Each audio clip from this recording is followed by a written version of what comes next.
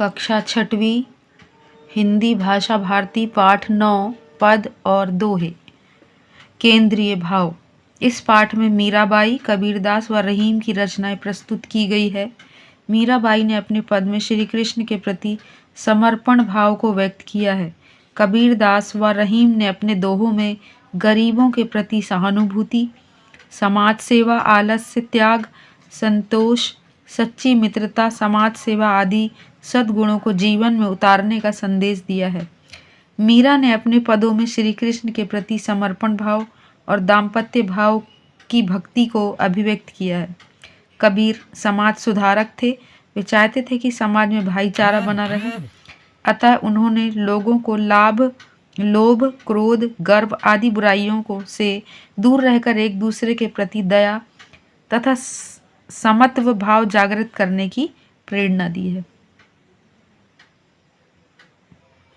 पहला जो पद है वो है, मेरे तो गिरधर गोपाल दूसरो न कोई, जाके सिर मोर मुकुट मेरो पति सोई, तात मात भ्रात बंधु आपनो न कोई, छाड़ी दई कुल की कहानी कहा करे कोई। ये है पहला। और हम अब इसका अर्थ देखते हैं। मीराबाई ने ही इसकी कविता को लिखा है। कह रही है, मेरे तो गिरधर गोपाल दूसरो न कोई। कह रही है, मीराबाई कहती है कि मेरे तो सिर्फ श्री कृष्ण हैं और दूसरा कोई नहीं है। जाके सिर मोर मुकुट मेरो पति सोई, जिसके सिर पर मोर मुकुट है वही मेरा पति है।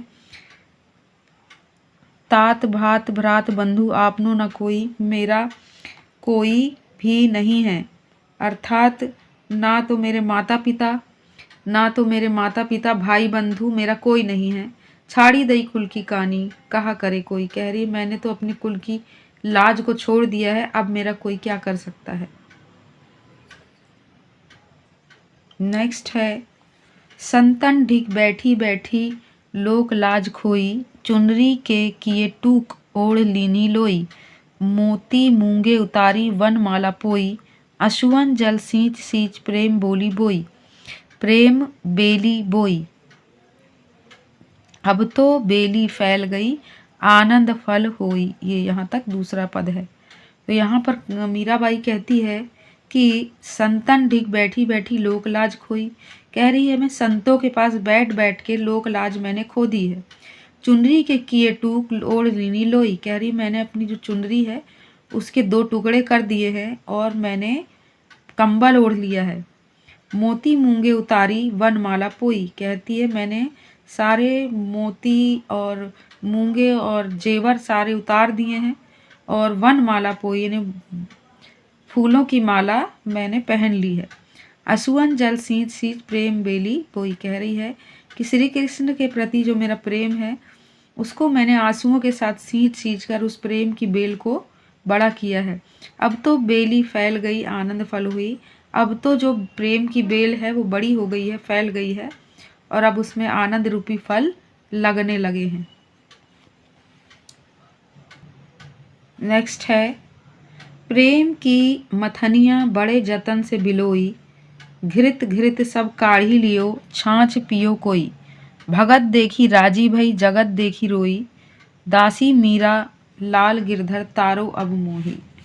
अब यहाँ पर मीराबाई कहती है कि मैंने श्री कृष्ण का जो मेरा प्रेम है श्री कृष्ण के प्रति, उसको मैंने उस दही को मैंने बड़े ही जतन से मथा है और उसमें घी जो रह गया है वो मेरे पास रह गया है। बोल रही है छाछ कोई पी ले। अब कहती है मीराबाई, भगत देखी राजी भई जगत देखी रोई। कहती है जब भी मैं भक्त को देखती हूँ, भक्तों को, तो मेरा मन खुशी से झूम उठता है, लेकिन जब मैं जगत को देखती हूँ तो मेरा मन बहुत दुखी हो जाता है, क्योंकि इस संसार में बहुत ही ज़्यादा दुख तकलीफ़ें हैं जिसे देख करके मेरा मन दुखी हो गया है। कह रही है दासी मीरा कहती है कि हे श्री कृष्ण, अब तुम ही मुझे इस संसार से मुक्ति दिलाओ। अगला दोहा है कबीरदास के, जो लिखा हुआ है दोहे। कबीरा कहे कमाल 100 दो बातें ले सीख, कर साहब की बंदगी भूखे को दे भीख। अब यहाँ कबीरदास जी कहते हैं, उनके पुत्र का नाम है कमाल। तो वो अपने पुत्र से कहते हैं कबीरदास जी की 2 बातें सीख ले। कर साहब की बंदगी, भूखे को दे भीख। साहब वो भगवान को, ईश्वर को कहा करते थे, तो वो कहते हैं कि ईश्वर की बंदगी कर और जो भूखा हो उसको क्या कर, भीख दे। ये सीख वो अपने बेटे कमाल को दे रहे हैं। दूसरा है, बुरा जो देखन मैं चला, बुरा न मिलिया कोई, जो दिल खोजा आपना, मुझसा बुरा न कोई। यहाँ कबीरदास जी कहते हैं कि इस दुनिया में मैं बुरा देखने चला था, ढूंढने चला था कि कौन बुरा है, बुरा न मिलिया कोई, मुझे कोई बुरा नहीं मिला। जो दिल खोजा आपना, जब जब मैंने अपने अंदर देखा, अपने दिल में अपना देखा कि मुझ में क्या बुराई है, तो कहते हैं मुझसे बुरा ना कोई, यानी मैंने देखा कि मेरे से बुरा कोई नहीं है, यानी मेरे अंदर भी बुराइयां भरी हुई है। तो कबीरदास कहते हैं कि किसी दूसरे को बुरा देखने से बेहतर है कि अपने अंदर देखें कि हमारे अंदर क्या बुराई है।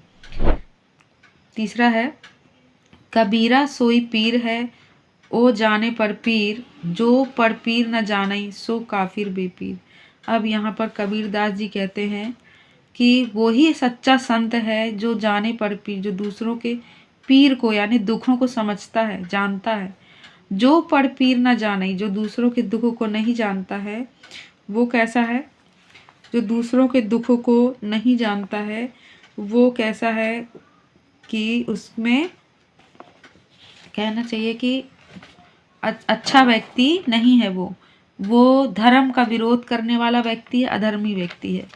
और अगला देखेंगे, जो तो को कांटा बुवे, ताही बो तू फूल, तो ही फूल को फूल है, बाको है त्रिशूल। अब यहाँ पर कबीरदास जी कहते हैं कि जो तुम्हारे लिए, कहते हैं जो तो को कांटा बुवे ताही फूल, यानी तुम्हारे रास्ते में, तुम्हारे पथ में जो कोई भी कांटा बोता है उसके लिए तुम क्या करो, तुम उसके लिए फूल बो, अर्थात उसका भला सोचो, तो ही फूल को फूल है। और उसका कहना है कि तुमको फूल ही फूल मिलेंगे, अर्थात तो ही फूल को फूल है, बाकी हो त्रिशूल, तुमको फूल ही फूल मिलेंगे और उसे त्रिशूल के समान कांटे, त्रिशूल के समान कांटे उसको मिलेंगे, क्योंकि जो अच्छा करता है और उसका अच्छा ही होता है, और जो बुरा करता है उसका बुरा ही होता है। अब अगला है, काल करे सो आज कर, आज करे सो अब, पल में परलय होएगी, बहुरी करेगो कब। अब यहाँ कबीरदास जी कहते हैं कि हम जब भी कोई कार्य करते हैं तो हम कार्य को कल पर टाल देते हैं। तो उनका कहना है कि काल करे सो आज करे, कल जो कार्य करने वाला है उसे आज ही कर, आज जो करने वाला है उसे अब कर, तुरंत, अभी, इसी पल, पल में परलय होएगी। कि उनका कहने का मतलब है क्योंकि अचानक से कुछ भी हो सकता है, बहुरी करेगा, अब कोई ऐसा काम आ जाएगा और फिर जो काम तूने कल पर डाला है वो बढ़ते बढ़ते बहुत हो जाएगा, तो ये बहुत सारा काम कब करेगा, अर्थात अचानक से अगर कोई काम आ गया और फिर ये काम छूट गया तो फिर बहुत सारा काम तू कब करेगा। इसलिए वो कहते हैं कि काल करे सो आज कर। अगला दोहा है रहीम, रहीम के दोहे हैं। रहीम यहाँ कहते हैं कवि रहीम, एके साधे सब सदे, सब साधे सब जाए, रहीमन मूल ही सींची वो, फूले फले अगाए। तो यहाँ रहीम कहते हैं कि एक को ही साधने से सब काम सध जाते हैं, अर्थात एक ही की साधना करने से सब काम सध जाएंगे। और रहीमन मूल ही सींची वो, फूले फले अगाए, उनका कहना है कि जब हम जड़ को सींचते हैं तभी हमें फल फूल प्राप्त होता है और हमें इतना मिलेगा कि हम क्या हो जाएंगे, अघा जाएंगे। तो एक ही साधने से सब काम सध जाते हैं, अगर सबको साधने लगेंगे तो कुछ भी हमारा भला नहीं होगा। अगला पद है, रहीमन देखी बड़ेन को, लघु न दीजिए डारी, जहाँ काम आवे सुई, कहाँ करे तरवारी। तो यहाँ पर कहते हैं कबीर रहीम जी कि बड़ों को देखकर छोटों को, बड़ों को देखकर छोटों को की उपेक्षा नहीं करनी चाहिए, क्योंकि छोटों को छोड़ नहीं देना चाहिए, क्योंकि जहाँ पर सुई का काम है वहाँ पर बड़ी तलवार क्या कर सकती है, अर्थात छोटों की भी अपनी महत्ता होती है, अपना महत्व होता है। जिस प्रकार जहाँ सुई का काम है वहाँ पर तलवार कुछ नहीं कर सकती। अगला है रहीमन चुप बैठी है देखी दिनन के फेर, जब नीके दिन आई हैं बनत न लगी है बेर। अब यहाँ पर एक और कविता है अगली। कही रहीम संपत्ति सगे बनत बहुत बहुरीत, विपत्ति कसौटी जे कसे ते ही सांचे मीत।